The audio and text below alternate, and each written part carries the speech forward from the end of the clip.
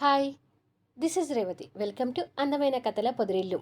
Video చూస్తున్న ప్రతి ఒక్కరికి, అలాగే లైక్స్ కామెంట్స్తో ఎంకరేజ్ చేస్తున్న వారందరికీ నా హృదయపూర్వక ధన్యవాదాలు. ప్రేమ మనసులు ఎపిసోడ్ నెంబర్ 110.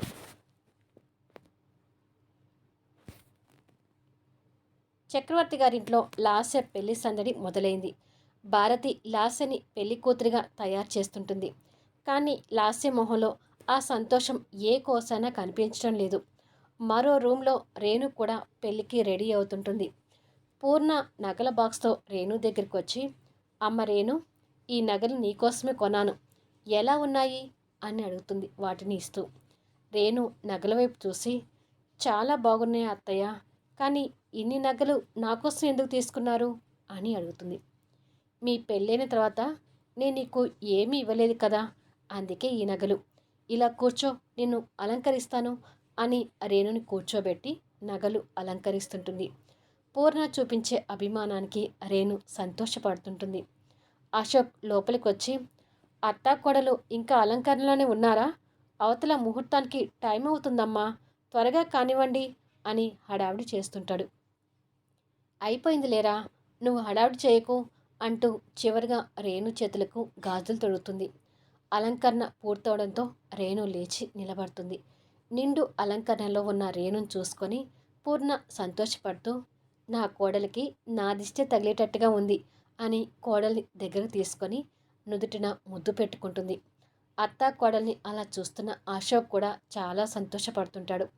అంతలోనే పూర్ణ బాధపడుతూ, లాస్యకి కూడా చాలా నగలు కొన్నాను, కానీ వాటిని పెళ్లిలో మాత్రమే లాస్యకి అలంకరించుకోండి, తను నా ఇంటికి వచ్చేటప్పుడు మాత్రం కట్టు బట్టలతో సాదాసీదాగా రావాలని శ్రీరామ్ ఆంక్ష పెట్టాడు అని తన మాటల్లో ఆ బాధని వ్యక్తం చేస్తుంది. పూర్ణని అలా చూస్తూ అశోక్ రేణు కూడా బాధపడతారు. బాధపడకండి అత్తయ్య, లాస్య మనస్తత్వం మార్చడానికే శ్రీరామ్ ఇలా చేస్తున్నాడు అనుకుంటా. మీరు ఒకటే గ్రహించండి, శ్రీరామ్ దగ్గర డబ్బు లేకపోవచ్చు, కానీ అంతకన్నా మించిన మంచి మనస్తత్వం ఉంది. లాస్య జీవితం శ్రీరామ్తో బాగుంటుందని నేను అనుకుంటున్నాను అని ఆశాభావం వ్యక్తం చేస్తుంది. అశోక్ కూడా తల్లికి ధైర్యం చెప్తూ, అవునమ్మా, ఓ రకంగా శ్రీరామ్ లాంటి మంచి అబ్బాయిని భర్తగా పొందుతున్నందుకు మన లాస్య అదృష్టమనే చెప్పుకోవాలి. నువ్వు చూస్తుండు, త్వరలోనే వాళ్ళిద్దరూ మంచి భార్యాభర్తలుగా కనిపిస్తారు అని అంటాడు. పూర్ణ కాస్త చిరునవ్వు తెచ్చుకుంటూ, నాకు కావాల్సింది కూడా అదే. మీరిద్దరూ ఒకరంటే ఒకరు ఎంత ప్రాణంగా ఉంటున్నారో శ్రీరామ్ లాస్య కూడా అలా ఉండాలని నా కోరిక అంటుంది. తప్పకుండా నీ కోరిక తీరుతుందమ్మా, లాస్య శ్రీరామ్తో కలిసి సంతోషంగా ఉంటుంది, నువ్వు వర్రీ అవ్వకుమా అంటాడు అశోక్. పూర్ణ కన్నీళ్ళు తుడుచుకొని, సరే, కింద నాకు వేరే పనులున్నాయి, అవి చూసుకునే లోపు మీరు వచ్చేయండి, అందరం కలిసి ఫంక్షన్ హాల్కి వెళ్దాము అని అక్కడి నుంచి వెళ్తుంది. రేణు వెళ్తున్న పూర్ణ వైపు చూస్తూ, లాస్య విషయంలో అత్తయ్య చాలా బాధపడుతుంది అశోక్ అని అంటుంది. అవును రేణు, అమ్మకి లాస్య అంటే చాలా ఇష్టం. లాస్యకి పెళ్లి చేసే విషయంలో అమ్మ ఎన్నో డ్రీమ్స్ పెట్టుకుంది, లాస్య ఇలా చేసేసరికి తట్టుకోలేకపోతుంది అని అంటాడు బాధపడుతూ.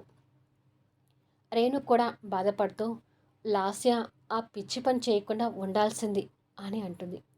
అశోక్ రేణు మొహంలో బాధను చూసి, ఓయ్, నీ మొహంలో బాధను చూడలేను, లాస్యకి అంతా మంచి జరుగుతుందనే అభిప్రాయంతో ఉండు అని అంటాడు.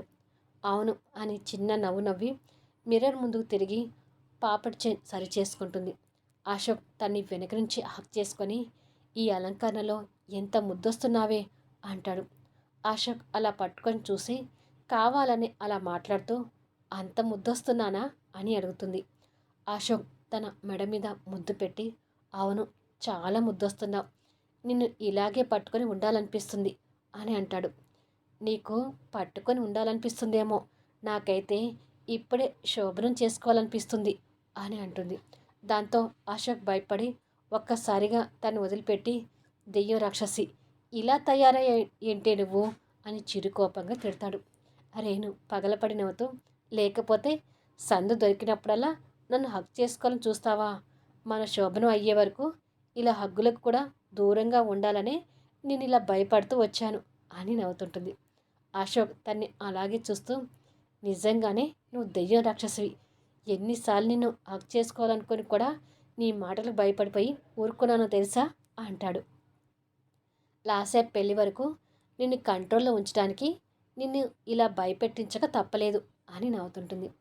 అశోక్ డింపుల్ పడుతున్న తన నవ్వు చూసి ఆనందపడుతూ రేణు మొహాన్ని చేతిలోకి తీసుకొని, బాధ కోపం ఉండే నీ మొహంలో ఇప్పుడు స్వచ్ఛమైన నవ్వు కనిపిస్తుంది. ఆనందంతో నీ మొహం వెలిగిపోతుంది బంగారం అంటాడు. అవును అశోక్, మనమిద్దరం తిరిగి కలిసిన క్షణాల నుంచి నా ఆనందానికి హంతులేదు. I'm so happy. కానీ ఇంతలో లాస్య చేసిన పనికి కొంచెం డిస్టర్బ్ అయ్యాను అని అంటుంది నిరాశగా. ఇక మన ఇద్దరి మధ్యకి ఎవరు రారు నేను, ఏ డిస్టర్బెన్స్ ఉండవు. నీ మొహంలో కనిపించే ఈ ఆనందం నువ్వు లైఫ్ లాంగ్ ఇలాగే ఉంటుంది, ఇలా ఉండేలా చూసుకుంటాను అని అంటాడు. రేణు కూడా అశోక్ కళ్ళలోకి అభిమానంగా చూస్తూ థ్యాంక్ యూ అశోక్ అంటుంది. అశోక్ కూడా అంతే ప్రాణంగా రేణు నుదుటిన ముద్దు పెట్టి, కింద అందరూ మన కోసమే ఎదురు చూస్తుండాలి, ఇక పద అని తనని తీసుకొని వెళ్తుంటాడు. ఈ ఇద్దరు కిందికి వస్తుండగానే లాస్య కూడా అప్పుడే పెళ్లి కూతురుగా తయారై భారతితో కలిసి హాల్లోకి వస్తుంది. నిండు నగలతో అందంగా ఉన్న రేణు అశోక్తో కలిసి నవ్వుతూ మాట్లాడుతూ కిందికి వస్తుంటే ఆ జంటను చూసి భారతి, పూర్ణ, చక్రవర్తి గారు సంతోషపడుతుంటే లాస్య, జగదీష్ మాత్రం ఓర్వలేనితనంతో కళ్ళలో నిప్పులు పోసుకుంటూ వాళ్ళిద్దరి వైపు చూస్తుంటారు. లాస్య రేణుని పైనుంచి కింది వరకు చూసి, దీనికి ఇంట్లో మహారాణిలాగా జరుగుతుంటే నేను మాత్రం ఆ శ్రీరాముని పెళ్లి చేసుకొని ఆ బస్తీలో పడి చావాలి, ఏ కర్మ వచ్చిందిరా నాకు అని తిట్టుకుంటుంది. రేణు కిందికొచ్చి లాస్యను చూస్తూ పెళ్లి కూతురు డ్రెస్లో బాగున్నావు లాస్య అని అంటుంది. లాస్య రేణు వైపు కోపంగా చూస్తూ పద అన్నయ్య వెళ్దాం అని బయటికి నడుస్తుంది. జగదీష్ కూడా అందరి వైపు కోపంగా చూస్తూ లాస్య వెనుకనే బయలుదేరతాడు. ఆ అన్నా చెల్లెల ప్రవర్తనకు వీళ్ళు కాస్త బాధపడుతూ వాళ్ళ వెనుకనే వెళ్తుంటారు. అందరూ కారు ఎక్కబోతుంటే అశోక్ రేణు దగ్గరికి వచ్చి, నేను వంశీ వాళ్ళని తీసుకొని వస్తాను రేణు, నువ్వు అమ్మ వాళ్ళతో వెళ్ళు అంటాడు. అలాగే అశోక్, త్వరగా వచ్చేయండి అని చెప్పి రేణు కారు ఎక్కుతుంది.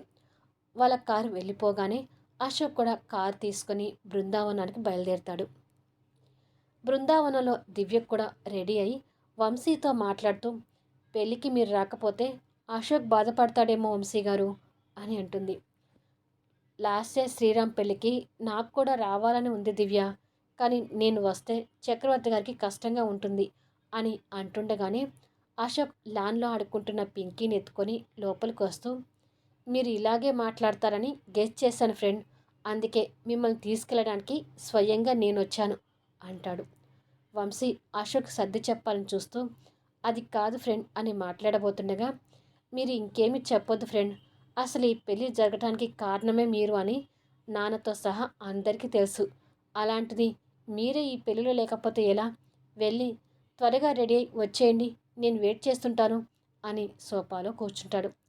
దివ్య వంశీ వైపు చూస్తూ, ఇక అశోక్ ఊరుకోడు, వెళ్ళి రెడీ అవ్వండి వంశీ గారు అని అంటుంది. సరే ఇప్పుడే రెడీ అయి వస్తాను అని వంశీ వెళ్తాడు. ఫంక్షన్ హాల్లో ఒక రూమ్లో శ్రీరామ్ మిర్రర్ ముందు కూర్చొని రాబోయే తన జీవితం గురించి ఆలోచిస్తుంటాడు. నిజానికి శ్రీరామ్ మొహంలో కూడా సంతోషం లేదు. లాస్యని పెళ్లి చేసుకోవడం ఇష్టం లేక డల్గా కనిపిస్తుంటాడు.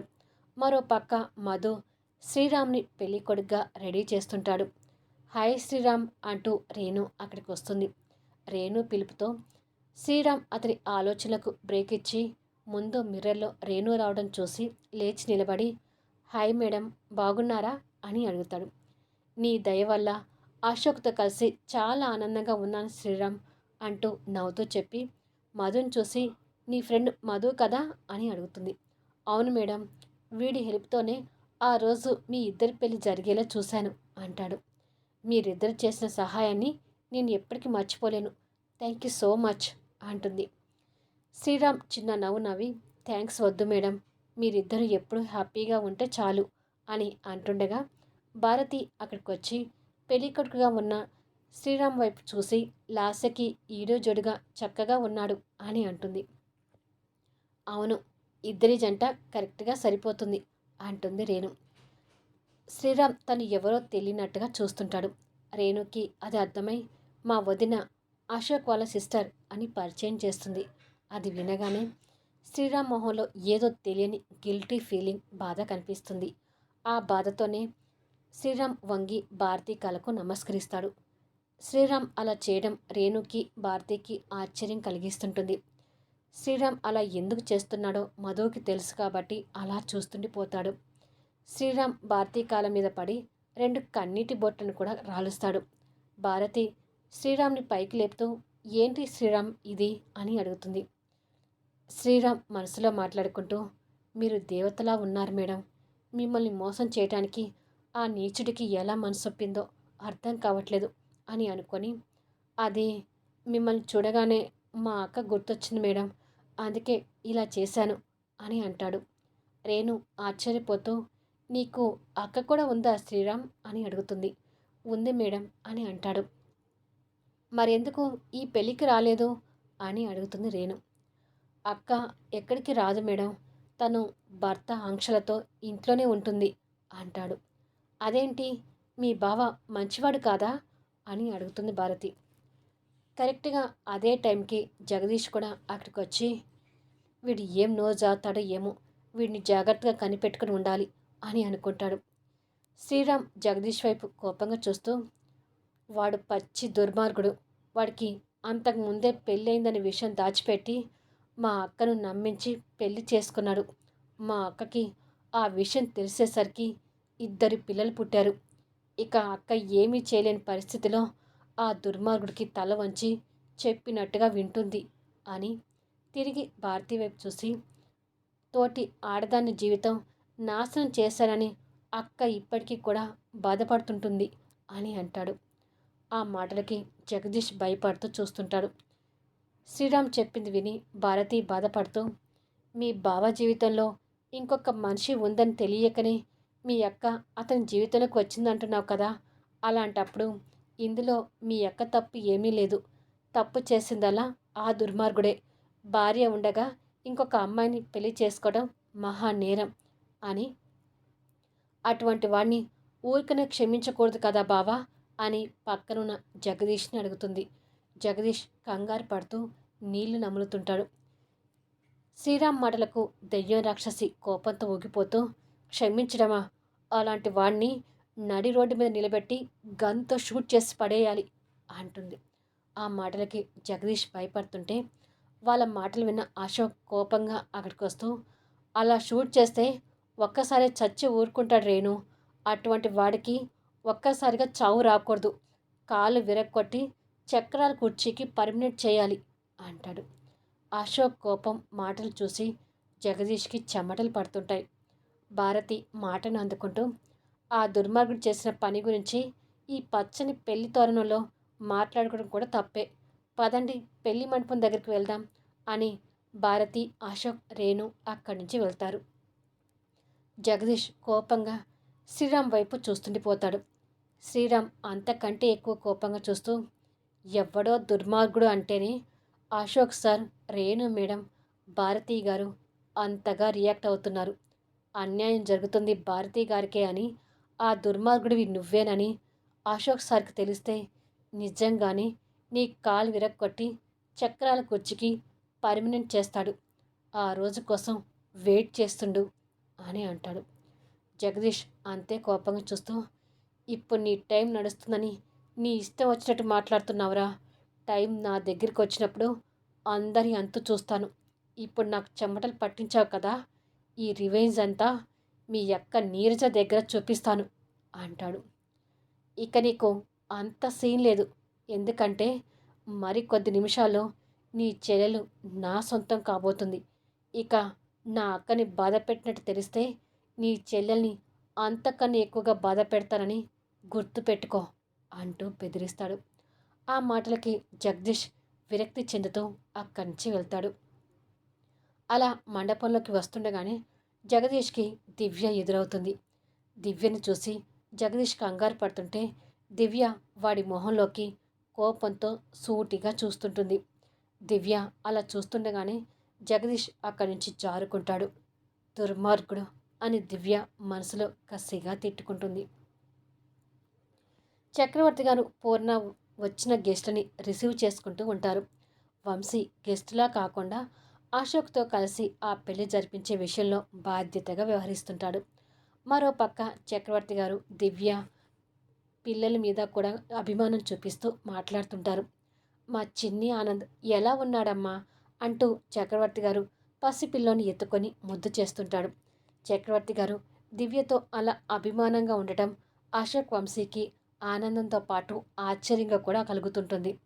మరి కొద్దిసేపటికి మండపంలో పంతులు గారి మంత్రాల సమక్షంలో శ్రీరామ్ లాస్య జంటగా కూర్చునుంటారు. లాస్యకి పక్కన కూర్చున్న శ్రీరామ్ని చూసి భరించలేకపోతుందన్నట్టుగా తన కళ్ళలో నీళ్ళు వస్తుంటాయి.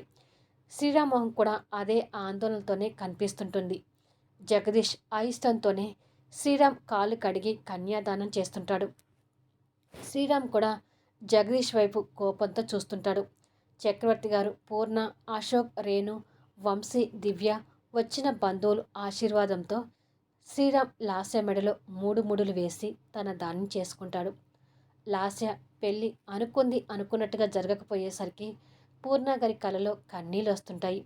చక్రవర్తి గారు భార్య భుజం చుట్టూ చేయి వేసి దగ్గరికి తీసుకొని, మనం ఎన్నో కలలు కంటాం పూర్ణ, కానీ అన్ని కలలు నెరవేరుతాయని అనుకోవటం మన పొరపాటు. కానీ లాస్య జీవితం ముందు ముందు బాగుంటుందనే ఆశతో ఉండు, బాధపడకు అంటూ భార్యని ఓదారుస్తాడు. పూర్ణ కలలో కన్నీళ్ళు చూడగానే వంశీతో సహా అందరికీ బాధగానే అనిపిస్తుంది. చీకటి పడుతుండగానే శ్రీరామ్ లాస్యతో కలిసి బస్తీలో అతని ఇంటి ముందు ఆటో దిగుతాడు.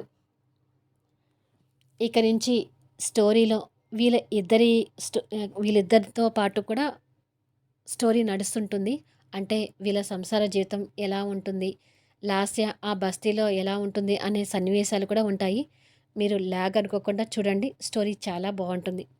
ఈ వీడియోపై మీ అభిప్రాయాలు తెలుపుతూ కామెంట్స్ ఇవ్వండి. అలాగే లైక్స్ ఇచ్చి ఎంకరేజ్ చేయండి.